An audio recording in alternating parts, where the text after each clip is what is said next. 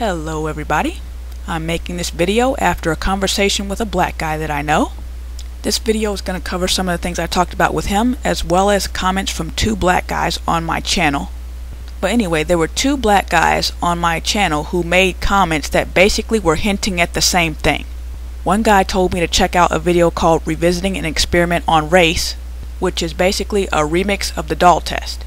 I'm going to put a link to this video in the sidebar, but the gist of it is that when they asked the little black boys which one of the dolls they found more attractive, the black doll or the white doll, all the black boys said that both dolls were equally beautiful, while almost half of the black girls still said that the white doll was more beautiful. So anyway, I got a comment from Macadamian11. He writes in one comment, "You never answered my question about the discrepancy found in young black women as it relates to how they view themselves in comparison to how young black men view themselves. According to an experiment, young black women were 50% more likely to self-hate." Then in a comment under that he writes, "That experiment clearly proves that self-hate exists more readily in black women." For this video, I want to talk about the insensitivity that black men sometimes have when comparing black women to black men. I'll do a separate video to discuss insensitivities when comparing black women to women of other races. I've been hearing some apples and oranges comparisons being made between these groups. I've heard black men, especially ones who have preferences that they don't want to own up to, making comparisons between how black men as a whole seem to have come to terms with their looks, while it appears that most black women still have not. And they like to use examples such as, most black men do not alter any of their features, while most black women to this day alter the texture of their hair. So they'll say things like, "Oh, we've accepted ourselves, we're cool with ourselves." Okay, well, that would be a good point if men were judged on their looks. Okay, let's take race out of it for a second, because this isn't even a racial issue. This is just a matter of male-female dynamic. As long as a man has money, power, status, females will forgive his looks. So you can have a notorious B.I.G. be black and ugly as ever, however.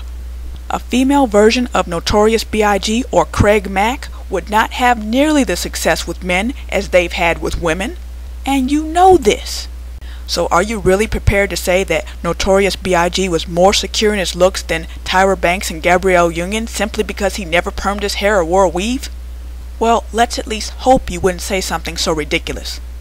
I'll also add that one thing that helps with self-confidence is the ability to attract people of the opposite sex. I don't think that the average black man has a problem attracting females or getting laid. If you can attract females looking the way you look, why would you even think about changing anything? Why would you feel insecure about your looks if what you got going on is working for you? And again, the women might not even be attracted to your looks. They might be attracted to your charisma, or you might have a really muscular body. You may be popular, you may be rich. All of that stuff attracts women, not just looks. So again, comparing how quote-unquote comfortable black men appear to be with their looks in comparison to how comfortable black women appear to be with their looks is comparing apples and oranges. And it's not even a racial thing. What you black guys are doing when you make that comparison is kind of like men calling out women for having higher instances of anorexia and bulimia, ignoring the fact that we can look on TV and see fat guys with slim women all day, like James Gandolfini, or Kevin James, who's on King of Queens, got a skinny wife, or Cedric the Entertainer, when he was on the Steve Harvey Show, he had a skinny woman. Very rarely will you see the reverse, a fat woman with a skinny man.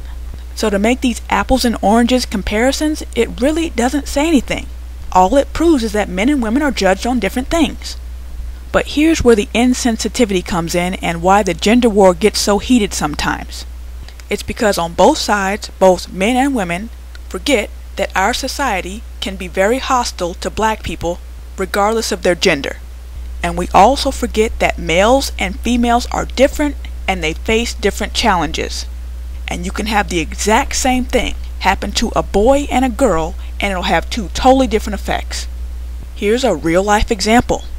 We have a lot of black children growing up today with no fathers in their lives. And we know from research that children who are raised with no fathers are more likely to get pregnant or make somebody pregnant at a young age. They're more likely to get in trouble with the law, more likely to drop out of school, more likely to get on drugs, all that kind of stuff. So when black men make those who's more comfortable with those looks comparisons between black men and black women, it's just as insensitive as black women saying, well, we weren't raised with our fathers either and we still don't commit as many crimes as you, so what's your problem? We got over the fact that our fathers weren't there, so we don't have to run around killing people like you do. This ignores the fact that men commit way more crimes than women in general, regardless of race.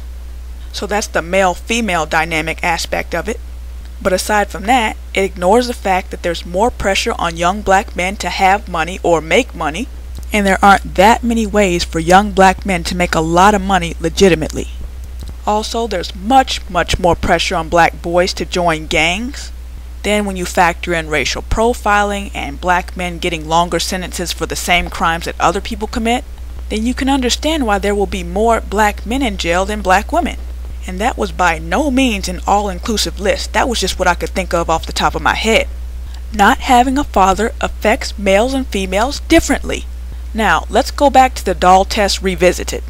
The problem that the doll test uncovers is a problem that affects males and females differently.